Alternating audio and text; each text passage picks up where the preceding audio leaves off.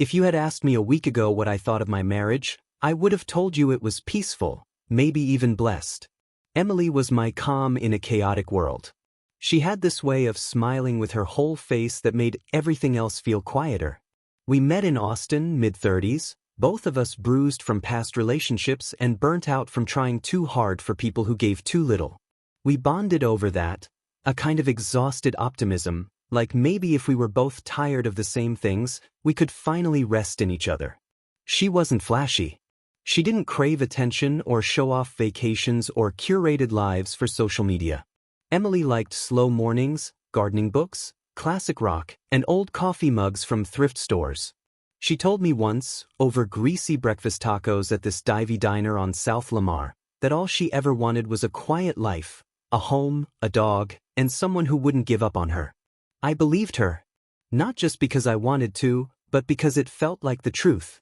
I'd dated enough performers to know when someone was putting on a show. Emily never seemed to be performing for anyone. We moved in together 6 months after we met.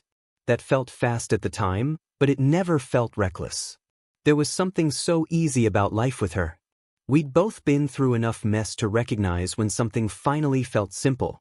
She made home feel like home. Her presence softened the edges of things. She brought life into the apartment. Candles, plants, little handwritten notes on the fridge. I started sleeping better, laughing more. Even the way I dressed changed. I started giving a damn again.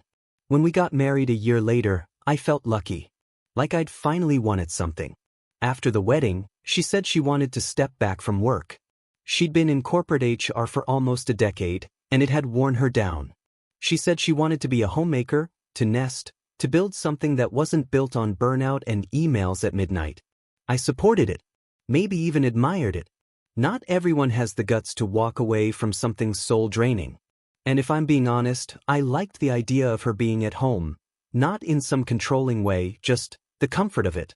Coming home to her, sharing that space. It felt like what people used to talk about when they said, settling down. And I was ready for that.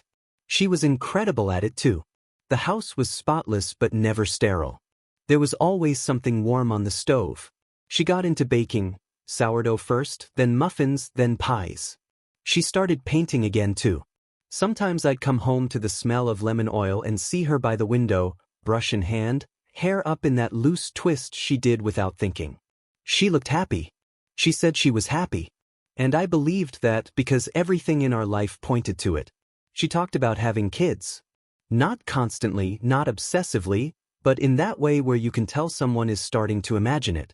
Like when she'd hold our friends' babies and then glance at me like, maybe? We had a name picked out, Nora, if it was a girl. We even joked about getting a golden retriever before we had a kid, to practice.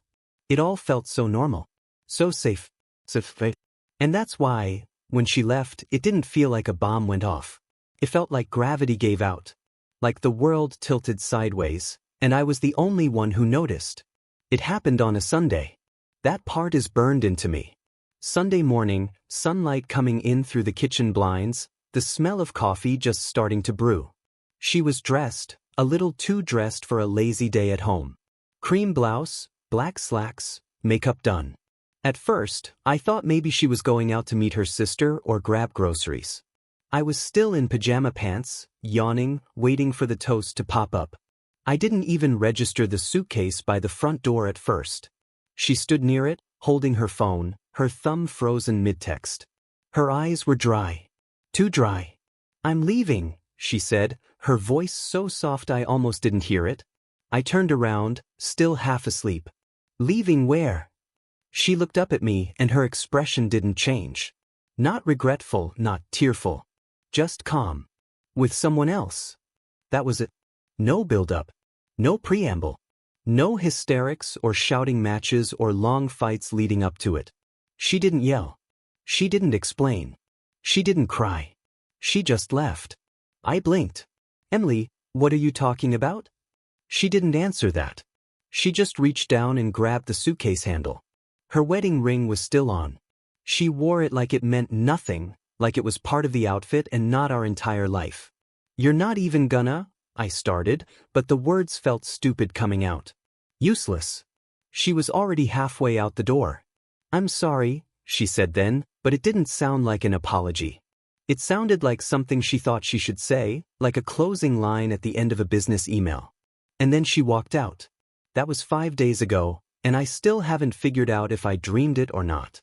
I still wake up and reach for her side of the bed before I remember she's not there. That she chose someone else. That she didn't even give me the chance to fight for us. Not a warning. Not a hint. Just gone. But the truth is, I've been replaying every moment, every conversation, every change in her voice, and I'm starting to see it. The small things. The signs. They were there. I just didn't see them. I didn't see it at first because I didn't want to. That's the part that gets me now. Looking back, it wasn't like she was hiding everything. Not really. She just started doing things differently.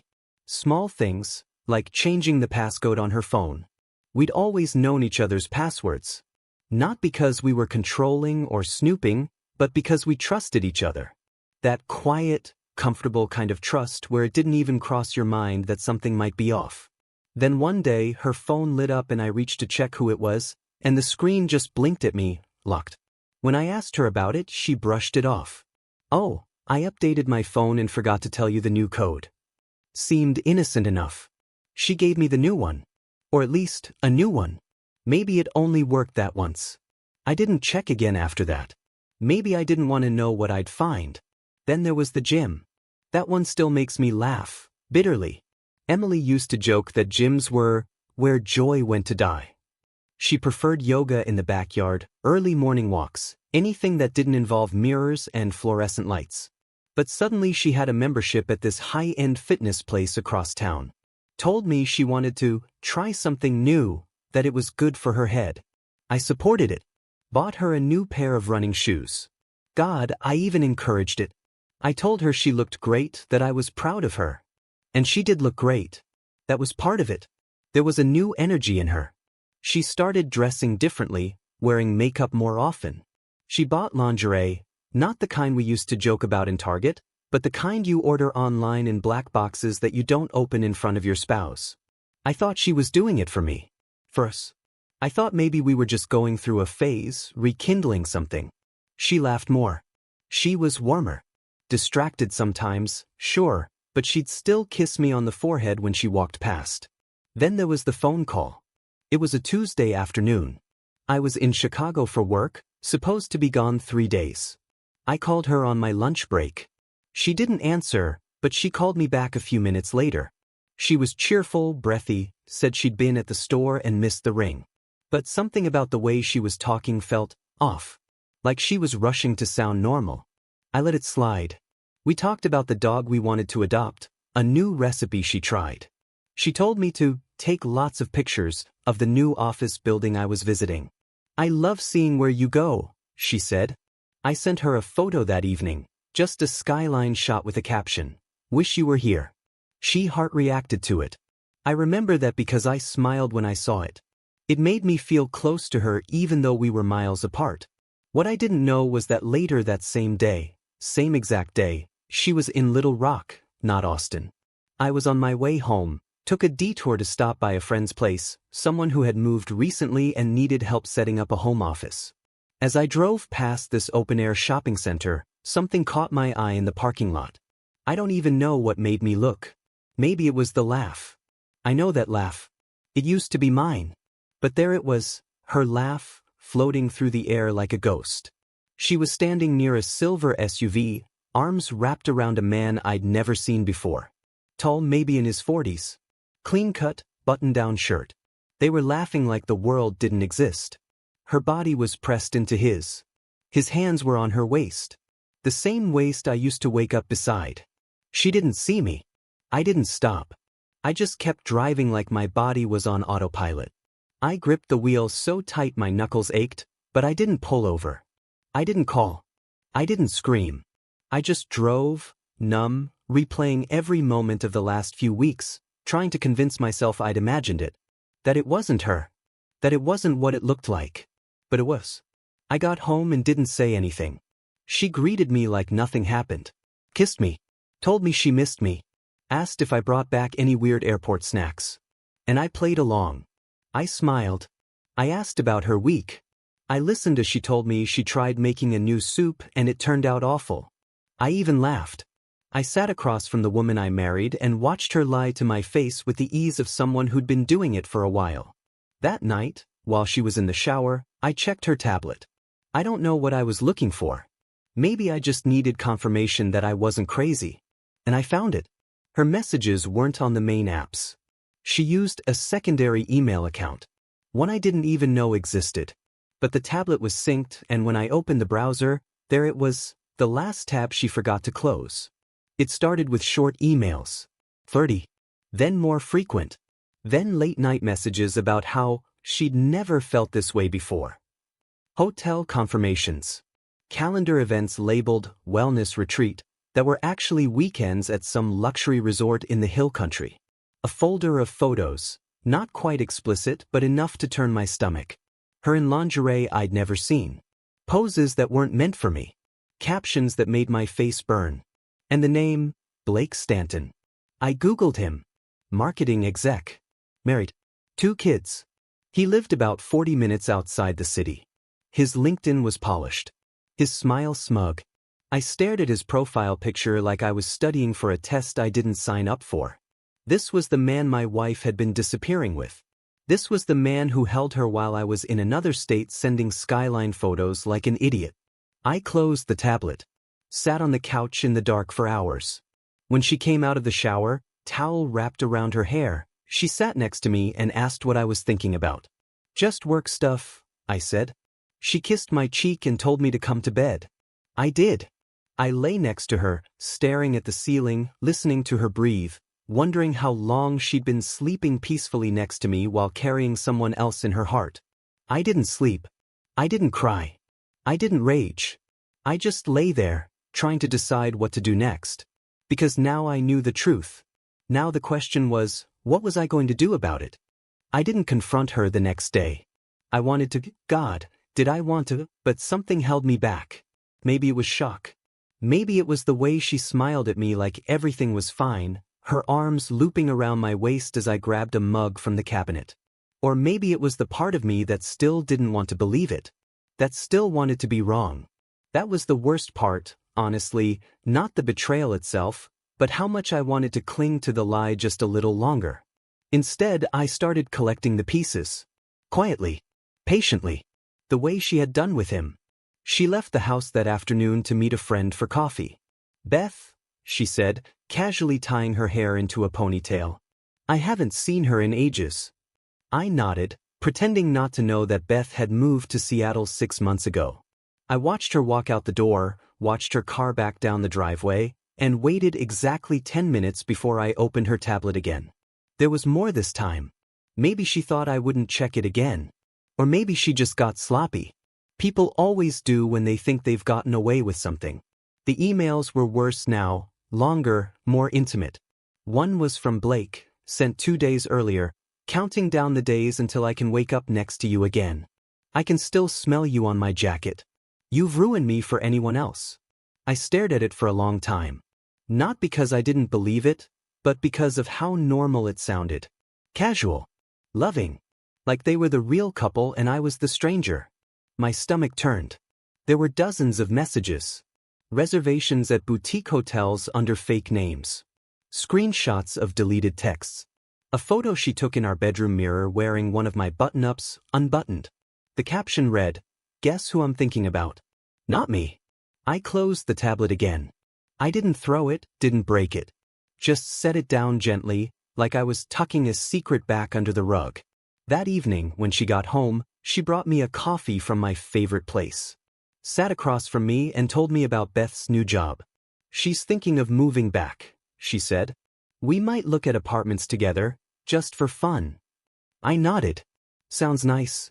She smiled, relieved that I wasn't pressing her, like she thought she'd gotten away with it. She reached across the table and squeezed my hand. You've been quiet lately. Everything okay? Yeah, I said. Just tired. That night, I started preparing. I booked a storage unit under a different name, packed a box of essentials, birth certificate, social security card, family heirlooms, the photo albums she hadn't touched in years. I didn't want her to have a chance to rewrite the story later, to take things and twist the narrative. I removed myself from our shared bank account, transferred money to a separate one I'd opened a few weeks prior, back when her excuses started feeling thin. I changed my passwords, took my name off the lease. I didn't tell anyone what I was doing, not yet. Not until it was done. I met with a lawyer the next morning. Told her everything. Showed her the emails, the photos, the receipts. She was calm, clinical, like this was just another Tuesday. Guess it was, for her. She'd seen it all before. "You've got a solid case," she said, flipping through the printouts I brought. "Infidelity, premeditated emotional distress, potential financial concealment if she's been using shared funds for these trips. If you want to move forward, we can start filing immediately." I nodded. "Do it." Over the next few days, I built a separate life, piece by piece. A P.O. box. A new phone line. Rerouted my mail. Found a temporary apartment across town with month-to-month leasing. All while coming home every night and kissing the woman who had been living a second life without me. She didn't notice. Or maybe she did and just didn't care. Then came the final step. I wrote a letter. Nothing dramatic. Just a clear, measured explanation. I wasn't the fool she thought I was. I'd seen the truth. I didn't scream, didn't rage, didn't throw her things out on the lawn. I was just done. I printed the emails. The hotel reservations. The photo with the caption. I stacked them neatly, put them in a folder next to the divorce papers, and set it all on the dining table. Then I left. No text. No goodbye. Just silence. It took her 2 days to find me. I don't know how she figured out where I was staying. Maybe from a mutual friend, maybe she followed the bank trail. But when I opened the door and saw her standing there, she didn't look like the Emily I married. She looked ruined. Destroyed. She was wearing one of my old sweatshirts, sleeves pulled over her hands like a kid. Her hair was a mess. Her eyes were red. She looked smaller, somehow. Shrunk. "Can I come in?" she asked. I stepped aside. She sat on the edge of the couch like it hurt to be there. "Blake's gone," she said, her voice barely above a whisper. "He told his wife everything. She took the kids and left him. Now he says I ruined his life." I didn't respond. She looked up at me, eyes desperate. "I didn't think it would end like this." "I thought," she stopped. Shook her head. "I don't know what I thought." I sat across from her. Opened a folder and slid a piece of paper across the table. A legal complaint for emotional distress. Attached was a notarized letter from Beth, her best friend, the one she claimed to visit. It said they hadn't seen each other in almost a year. Her hands shook as she read it. "You lied to everyone," I said. "You built a whole life behind my back and expected me to be too blind or too loving to notice." "I didn't mean to." "You meant every word in those emails. Every hotel, every photo. You meant it." Tears spilled down her cheeks, but I felt nothing. Not anger. Not sadness. Just empty. "You told him you wanted to marry him," I added. "Did you ever mean that about me?" She didn't answer. Just sat there, silent and broken. I stood. Walked to the door. Opened it. "I think we're done here." She looked up, eyes pleading. "Mark." "Go home, Emily," I said. But she didn't have a home anymore. Not with me. The legal process started moving faster than I expected. Emily tried to stall it, of course. At first, she didn't respond to the papers at all. Just went quiet for days. Then came the texts, long, emotional ones, full of guilt and confusion and half-hearted promises. She said she wasn't thinking clearly. Said she missed me. Said she never stopped loving me. I didn't reply to any of them. A week later, she hired her own attorney. That's when the real battle began. She claimed emotional neglect. Said I had grown distant, that I had failed to meet her emotional needs, that her affair wasn't a betrayal but a desperate cry for attention. Her lawyer framed it like I was the one who broke the vows. Like I had driven her into another man's arms. When I read her statement, I had to laugh. Bitterly, of course. The kind of laugh you give when someone flips the story so far upside down you start questioning your own memory. Luckily, I had the truth. My lawyer laid it out clearly. Screenshots, emails, Timestamps, photos. I didn't just prove infidelity, I proved that she had knowingly misused joint funds to finance secret trips, that she lied to her own friends about her whereabouts, that she created a double life while telling me we were trying for a baby. In mediation, Emily couldn't even look at me. She wore a plain black dress and kept her eyes on the table. Her hands shook when she spoke, voice thin and rehearsed. At one point, she tried to explain. I was confused. I didn't know what I wanted. I didn't mean to hurt anyone. My lawyer leaned forward. You didn't mean to hurt anyone, and yet you kept meeting the same man in hotels for over a year. You called it your real life, in writing. You mocked your husband. You mocked his trust. That shut her up. The mediator didn't waste time. Emily was denied alimony. No asset division. No financial support. She left with what she came in with, which, at that point, wasn't much. Just a suitcase and a few bills in her own name. I walked away clean. Debt-free, burden-free, and more importantly, married no longer. Still, it didn't feel like victory. Not right away. It just felt quiet. Like the kind of silence you hear after a long storm when your ears are still ringing and everything's soaked and broken, but at least it's finally over. I went back to the apartment I'd been renting, the one-bedroom near the edge of town, with the creaky floors and old stove that took forever to heat. It wasn't much, but it was mine. Mine alone. No lies in the walls. No betrayal in the sheets. I started rebuilding. Not in any big, dramatic way. Just the basics. I taught evening classes at a community college, design theory, mostly. I ran in the mornings before sunrise, headphones in, the air cold enough to remind me I was alive. I started cooking again just for myself. Simple things. Rice bowls. Pasta. I didn't bother with sourdough starters or elaborate meals anymore. No one to impress. Then one day I met someone. Her name was Katie. She worked in the campus cafeteria, near the back where they brewed coffee that was somehow always both burnt and watery. I saw her every week, sometimes every day, depending on my class load. At first, we just exchanged small talk. She'd tease me for ordering the same sad sandwich. I'd joke about her playing music too loud in the mornings. Then it turned into more. Longer conversations. Lunches at the bench outside. A shared fondness for bad sci-fi movies and old vinyl records. She didn't know anything about my past, and for once, I didn't feel the need to unpack it. Being with her felt like breathing. No heavy expectations. No half-truths. Just presence. Meanwhile, Emily started unraveling. I didn't check on her directly. I had no desire to. But mutual friends still followed her online. Some still reached out, unsure where their loyalties lay. Through them, I heard bits and pieces. Her once polished social media feeds started to rot. At first, it was subtle.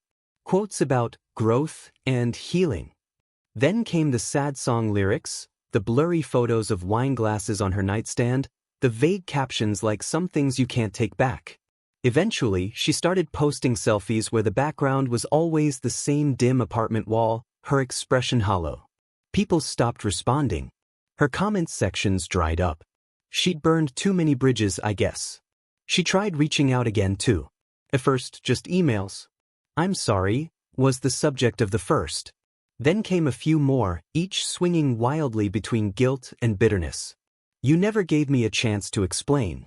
You made me feel invisible. I still dream about you. I never meant to lose you. This wasn't how it was supposed to end."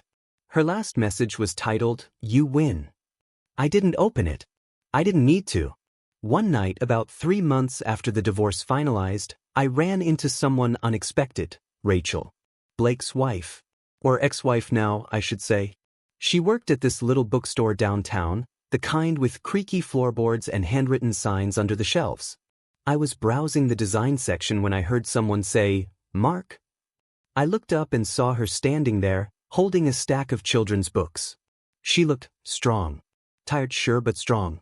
"I didn't expect to ever see you," she said, her voice unsure. "I could say the same," I replied. We didn't talk long. Just enough to exchange nods of shared understanding. I handed her a manila folder I'd brought months ago but never found the courage to give her. Inside were copies of everything, Emails, receipts, photos. Evidence. Proof. She took it without saying a word. 2 weeks later, someone told me she filed for divorce. Took the kids. Started a small business selling curated book boxes. A month after that, I got a letter in the mail. Handwritten. From Rachel. Thank you, for not letting me stay blind. For giving me the truth. I pinned it to the corkboard above my desk. Not because I needed validation, but because it reminded me that truth, even when it's painful, is worth sharing. Life didn't go back to what it was before Emily. It never could. But it became something else, something simpler, quieter, and real. Not every day was easy. Some mornings I'd wake up with a jolt, as if I expected to see her beside me again. But then I'd hear the birds outside. Smell the coffee I'd set to brew. And remember that peace doesn't always come loud. Sometimes, it comes in the form of knowing exactly who you are, because you survived someone who tried to make you forget. Emily's last message sat unread in my inbox for days. You win, it said in bold letters I refused to click. There was a time when I would have opened it immediately, scrolled through every word, analyzed every sentence, hoping for remorse that felt real. But not anymore. Whatever she had to say, it didn't matter. I'd already buried that version of myself, the man who needed her to explain, to validate what I already knew. She had lost long before I walked away. Not because I outplayed her. Not because I made her pay. But because I survived her. For a while, there were echoes. Memories would sneak up on me in mundane places.